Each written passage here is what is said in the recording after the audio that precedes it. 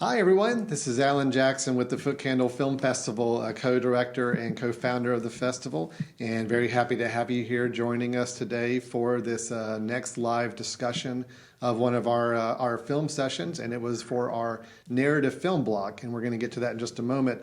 But with me also across the room here, Chris Fry, also with the Footcandle Film Festival, Footcandle Film Society. So, how you doing, Chris? I'm doing well. Yeah, doing good. well.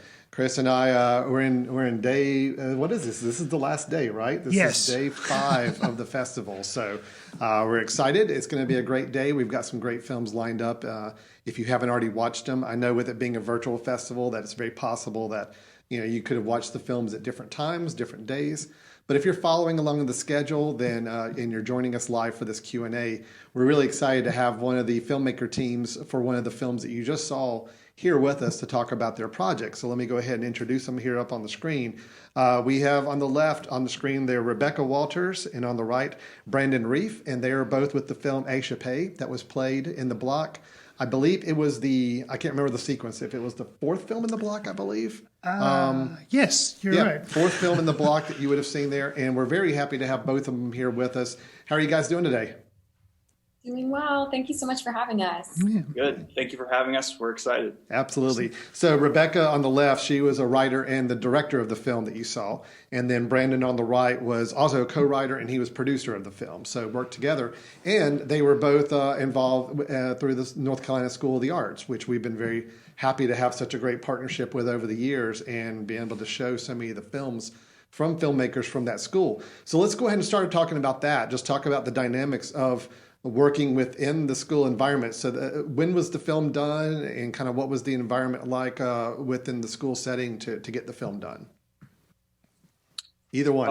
Whoever wants to jump in first. I can speak about the program a little bit as a whole. So within Échappée was formed as a senior thesis film. So basically within the School of Filmmaking at UNCSA, we are evaluated by faculty through every step of the production process, whether it's development, pitching to the faculty, demonstrating that we have pre-visualized the film, assembling a crew, and really carrying it through every stage of production. That's how we were evaluated for our degrees. We're both graduates now, but within the School of Filmmaking, it was really about following kind of a mold about how industry films are created, working within a professional setting, and then following those key roles, which we served in with Becca as writer director, and then me working in writing and a producer capacity. So kind of when was the film shot? When did you guys actually work on the filming of the project? So we shot the film last November. Okay. We were in pre-production last summer. So, Brandon, when did we pitch the film? What month was that? We pitched the film fall 2018, and that was when a first draft was cooking up, being conceptualized. And then it carried through like continuous drafts, redrafting, developing over the summer of 2019. And then when we came back for that first fall semester of our senior years last year, that was really when we were getting into pre-production mode with location scouting and figuring out how we were going to fit these pieces of production together in Winston-Salem, North Carolina. Okay. Right. So from August until November, we just really hit the ground running. Right when we got back to school, we were casting. Our campus also has a dance department, a drama department, and a music department. And I really like to collaborate with the dance department. Mm-hmm. So we had a lot of dancers actually audition for the film who didn't have any acting experience prior to the audition. And I can talk more about that in a little bit. But our casting sessions actually started early September, and then we shot in November. And our lead, who plays Lana, was actually an alumna of UNCSA and was actually living in New York City. So all of our, she was someone that I had to actually, on my fall break, fly up to New York City and rehearse with her and choreograph with her in the span of about 3 days. Wow. Because I wasn't able to work with her in person. So a lot like now, us being virtual, I did a lot of virtual work with our lead, and then was able to work with the dancers in person on our campus in our dance studios. We were very fortunate to have some dance studios on campus to be able to work in. And a choreographer, Gary Taylor, who's actually local to North Carolina. He worked with us as well to choreograph the duet. So yeah. So when you were casting this, you mentioned how, you have both, obviously you have acting on campus at the School of the Arts and you have dancing, and some of the dancers who didn't have any acting experience went ahead and auditioned. So how do you, in your mind as director, and both of you are writers and your producer, Brendan, like how do you say, okay, this person is an awesome actor and they're an okay, like how do you weigh that? It's like you need them to be able to dance, but yet, they need to be able to act. How do you do that balance?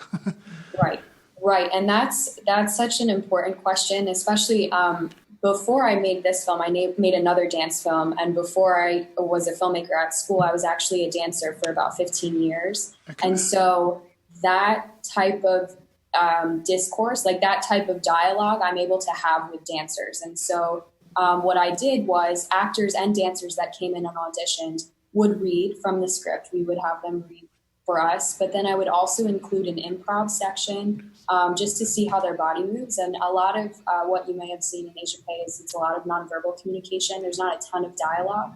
So a lot of what I like to do is focus on their mannerisms and their facial expressions and how their bodies emote without their voices. And so in that improv, we had them dance, and then I chose a song actually from Hereditary. It's called Reborn, and which is a dark song. I don't know if anyone has seen it. It's very dark. Yes. But I gave them actually, we were in this, it's called the What, I think, on campus. It's just this little building that we have, and you can do pretty much anything in there. And so we held a lot of our auditions there, and I gave them a circle to move in. And I just wanted to see how they emoted with their face, how the top half of their body, everything. And so we ended up going with a dancer for Adeline, who is in the duet with DeLacy. Mm-hmm. So the woman who wears that one suit, that burgundy one suit at the end, she was a dancer from the dance school, and she's someone who had never acted before. Okay. And so it was a lot of teaching about my program while also actively listening to what she's been learning in her program and how we can use both of them and intersect the two to make this happen on screen. So it's interesting. And with the two actors, one being a dancer and one being an actor, the way I spoke to both of them, I sort of had to shift gears constantly on set to help us get a general understanding of what we both wanted, or what we all wanted for the story. That all makes sense. Cool. Well, the actual kind of subject matter of the film, couched in this the dance studio environment, but obviously it's touching on a much bigger subject. I'd love to hear a little bit of thoughts of just kind of the formation of the idea for the film. Kind of where did it come from? Was it a collaborative process? And then when it came time to write that idea into a film, the two of you working together, let's talk about the development and writing of the story. Absolutely. Brandon, is it okay if I start and then we can go into your... Yeah, please go for it. Cool. Okay. So a lot of what the film is about is, or what it focuses on, is the abuse of power in professional industries, as well as the physical manipulation and maltreatment of the body. And so when I had originally thought of the idea before talking to Brandon, during the thick of the Me Too movement, there was a lot going on then. We were being flooded with headlines, and even now, where you're seeing people reclaim their bodies, their rights, their voice. And so, as I stated earlier, I was a dancer for a really long time before going into film, before going to school for film. And so I had thought, and this is what I had pitched to Brandon, was it might be really interesting to tell this story from the perspective of a dancer. Because in this world, physical touch it's inescapable and it's inevitable. And, a lot of times, in my experience and from people I've heard from, it's really hard to speak your concern or say no when you're uncomfortable, especially in partner work. Because the type of touch that's used in partner work is to keep you safe. It's to keep you from falling or getting hurt during the performance. And so it really makes the social issues of sexual allegations and misconduct in that workplace really confusing and murky. And so we really wanted to talk about that and also, showcase the contractual obligations that men and women alike in the dance world have, and the relationship they have to physical touch and this, deep emotional connection between each other. And then ultimately we wanted to emphasize what this one person had done to reclaim her body and her choice. And after really experiencing these trials of manipulation over and over again. So Brandon, I pitched that to Brandon. Brandon and I had worked together before on another piece we had co-written together, and we like to work together. So he was down. And then Brandon, if you want to talk about what it was like. Yeah. So with the film, I felt like stepping in as co-writer.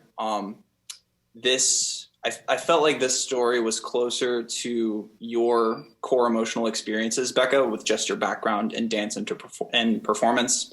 And so there was a slight removal or objectivity that I had coming in as a co-writer, and really us working together and developing the story. But with the writing process, it was a lot of like me kind of like having final draft on my laptop, us collaborating together, like basically every line of dialogue, every line of description was vetted and something that we built along the way as it was being typed.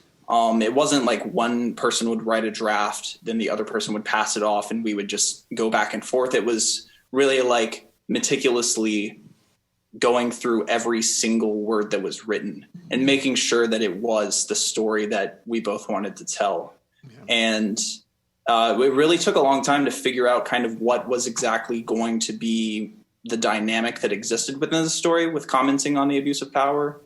And it took many drafts to figure out, you know, Lana being in the role of an understudy. Like, how do we create a character of DeLacy that is not so overtly creepy, like an older man, or anything, you know, that would have just immediately turned the audience off, or just didn't work within kind of the parameters of the film. It took a lot of drafts to figure out, like, how do we make this work and still make it complex? Yeah. So you spoke about, Brandon, that both you and Becca had collaborated before. I'm just curious, for the prior piece, did it also involve, since she has background in dance, you know, was it dance related, or no, it was just completely set? I'm interested about your previous collaboration. What was that like? What was that film? That film, which I didn't produce, I was just a co-writer on that. This was the first project that I produced with Becca, but that was a sophomore thesis film, Tanglefoot, which played at Austin Film Festival. And yeah, Becca, do you have anything to add about Tanglefoot? Yeah, so that film was this film was more about a performance for investors in a studio space. And that film was about the audition process and how the competitive and cutthroat nature of this industry. And, you know, unfortunately, we had a lot of women in that film as well, but the female versus female mentality. And that film was actually, I had a tap dancer. And the tap dancer was in this audition, and she actually steals choreography from another individual that's auditioning. And we had actually also worked with Hannah Myers, who played Lana in that film. She was not our lead, but she was a secondary lead. And at the end of the film, she actually uses the routine that she stole from someone else for her own audition moments before, like literally right before the other girl was able to go out on stage. And it's all about, again, this cutthroat mentality, this competitive nature, and women v. women, that sort of what that environment feels like. And again, it was very quiet. There was not a lot of dialogue. We told a lot of the story through dance. And so Brandon had also helped me, come up with that idea. And it was the same process. We really like to work together on the drafts, come up with everything in person. Right now, it's really interesting because we've been talking about collaborating again in the future. And right now it's different because we're online and it's not in person. Yeah. So the dynamics are different, but they're still there. And so, yeah, it's special to write these dance narratives and, you know, come up with these ideas together. And I was just going to kind of comment too. I thought, kind of keying off of something you were saying, you know, we always think any film is a great film if it can let you explore something that is outside of your own knowledge base or outside of your own comfort zone. And of course, me, I'm not in the dance field. In the minute the film started exploring, I started to realize it's exploring this idea of inappropriateness and power struggle, male power being forced kind of into that situation. My immediate thought was, well, I know dancing is a very physical and a lot of touching involved, so I would understand that would be a challenge. And that's where immediately I think where the film really clicks in to say this is something worth exploring and talking about, because it is a little more of a unique situation than a lot of us are used to. So, right. And a conversation that's been going on our campus, and of course we just graduated, but intimacy coordination in the film world. Yes. Finding an intimacy coordinator to be present for these intimate scenes so that people feel comfortable when shooting the scene. And what was really interesting was I wanted to work with an intimacy coordinator on our set to almost study how the dancers would experience that type of work, because a lot of them actually had never worked with an intimacy coordinator before. And this, I'm not sure how much of a conversation it is right now in the dance world. I have to do more research, but this is another part of the film. This is what we want to talk about. In the film world, we're having these individuals come in that are, there to make sure people feel safe and feel comfortable with touch. And when I had an intimacy coordinator come in and they did everything that, their protocols and everything that they follow, the dancers were pretty much okay with everything. Oh, yeah, it's fine. Anywhere is okay, because they're so used to it being a physical job. Yeah. And so it was just, it's interesting, we're trying to introduce these new people into our, the artistic industries. And I think it's just really important that the dance world is considered as well, so that people really do feel safe during their performances. Because it was a way different experience working with an intimacy coordinator on this set. Again, we didn't really have any too many intimate scenes in Tanglefoot at all. I don't think that anything. But so that it's just very interesting. That's great. I love the exploration of that subject. I thought that was great. Chris, I believe we have maybe a question from the audience. Yeah, there was a statement. First off, they were just saying they really liked the whole concept of just ballet dancers uniting against a sexual predator. They thought that was really, cool idea, cool expression in the film. But then also, very common question, they want to know what both of you are working on next. Yes. Brandon, you go. You talk for a little bit. I've been talking so much. Yeah. So with both of us being out of school now, the question is really about navigating the professional film world. How do you take that next step from being student filmmaker to being full-time, doing this for a living? And speaking for me personally, I'm very passionate about independent film. And I know that with some of my producing background, an angle that I'm really interested in taking is following a path with acquisitions with independent film distribution, working for an independent film distributor. But I know that the writing and producing is something that's the ultimate goal. Like if I can reach that level. So Becca and I we have an idea conceptualizing, a date to be determined about when that might get shot is still in question with just how turbulent everything is right now in the world, of course. But the goal, if not directly related to, what I want to do in the independent film world and distribution, it's definitely continuing to write and continuing to produce projects. Good. That's awesome. What about you, Becca? What have you got going on or thinking about going forward? Yes. So originally I was fortunate enough I'm a Kennedy Center fellow. Oh, wonderful. Congratulations. School, so I received a fellowship. And I was supposed to be going there in October to work as their filmmaker and possibly as a teaching artist, to work in the programs with the children or even with the disabled community and work on screenwriting and things like that. With everything going on in the world right now, that was pushed back to the fall of next year, so October. And for now, like Brandon said, we're trying to figure out, I think it's a great time to start writing. I think everyone should be writing right now. I don't know how, the ethics of going out and shooting, again, it's different for everyone. But for us, I think, again, we're waiting on that. I don't think this is going to be a dance film. So this will be new. Okay. It'll be different. But yes, we're trying to continue to work and create short films. And like I said, also hopefully get out to DC and work there for a little bit. And I really love I love these film festivals. I love independent filmmaking and meeting those artists and those filmmakers. And so that world I would love to stay in. I love to make films in this world. So yeah. So I'm just kind of curious too. Well, Chris has got one more question from the audience here. So Chris, let's go ahead and get you to that. So, and this will go to both of you, whoever wants to go first. But what's a movie that inspired you to want to get into film? Ooh. Good.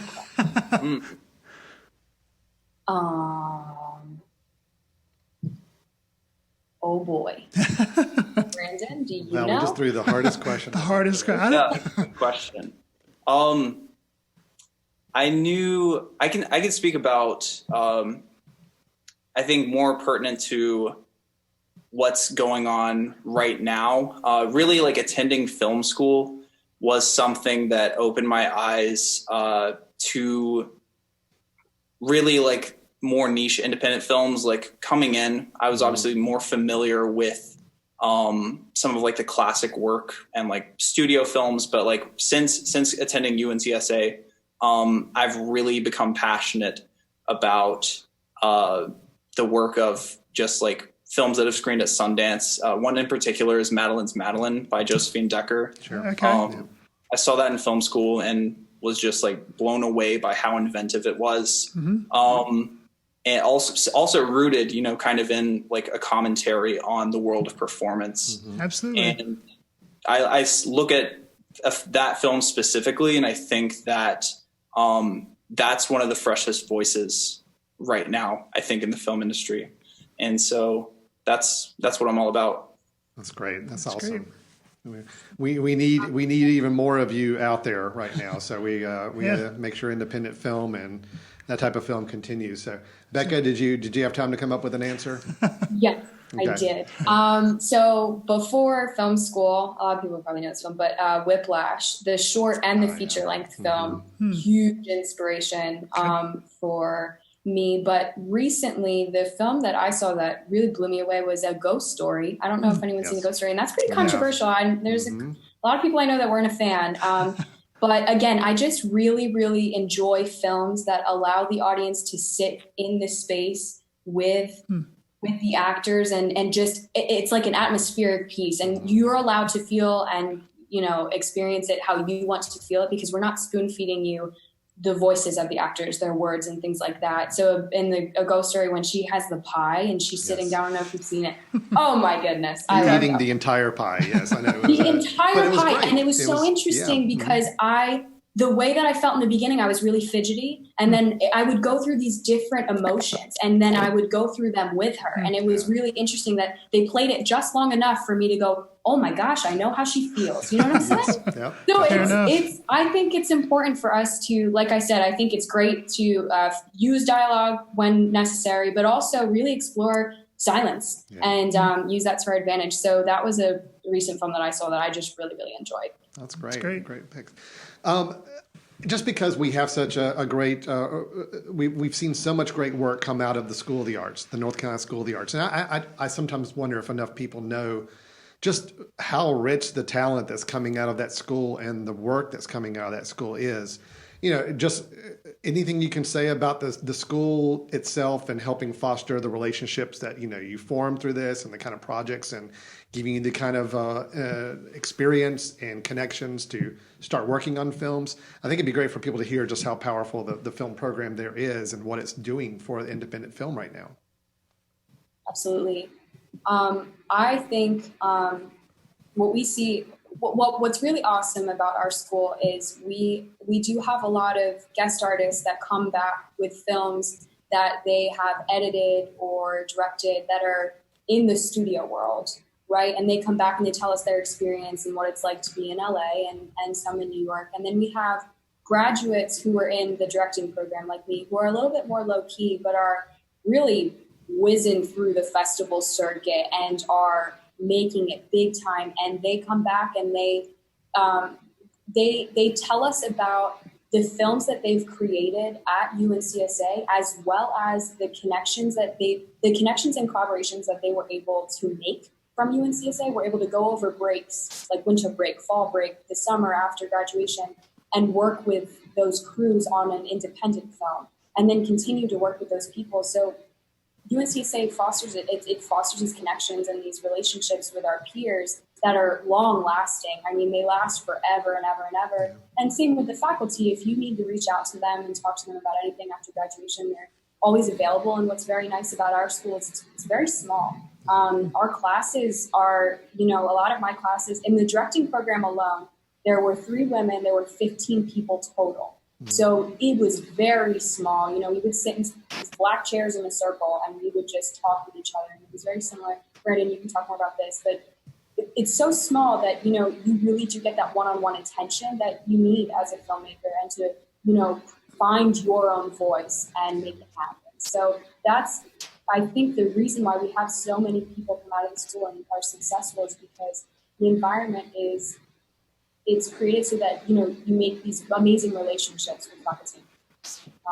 That's great. Yeah, I just echoing everything you just said. It has to do with how the program really allows such a specific concentration at the undergraduate level, nevertheless. Like just being able to get a BFA in filmmaking with a concentration in directing, producing, screenwriting, editing, even down to like the balance of picture and sound editing. It's working at capacity where we are serving in those key creative roles and we get to make films throughout our 4 years of education. And one of the most encouraging things that I notice in patterns with alumni is that, and it's keeping me grounded right now as we're out of school in the class of 2020, is that this generation that has just graduated, we're going to be the ones that come up together. We're going to be continuing to collaborate with each other. It's going to be the people that we reach out to tangentially through the connections that we made.